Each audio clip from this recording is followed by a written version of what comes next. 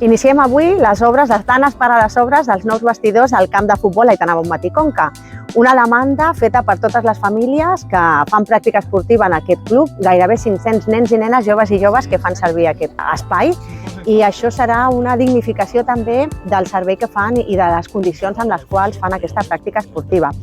I això ha estat també fruit d'un acord i de converses, diferents converses amb el grup de Junts Via, amb l'Albert, que també ens pot explicar una mica com han anat aquestes converses, Albert. Gràcies, alcaldessa, com bé deies, doncs, fruit d'aquestes converses que hem tingut i aquesta negociació a través dels pressupostos municipals, doncs hem pogut arribar amb aquest compromís de materialitzar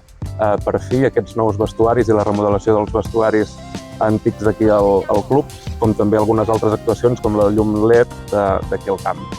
Recordar que des de l'Ajuntament de Sant Pere de Ribes estem totalment compromesos i compromeses amb la pràctica esportiva perquè aporta valors com la salut, el companyerisme,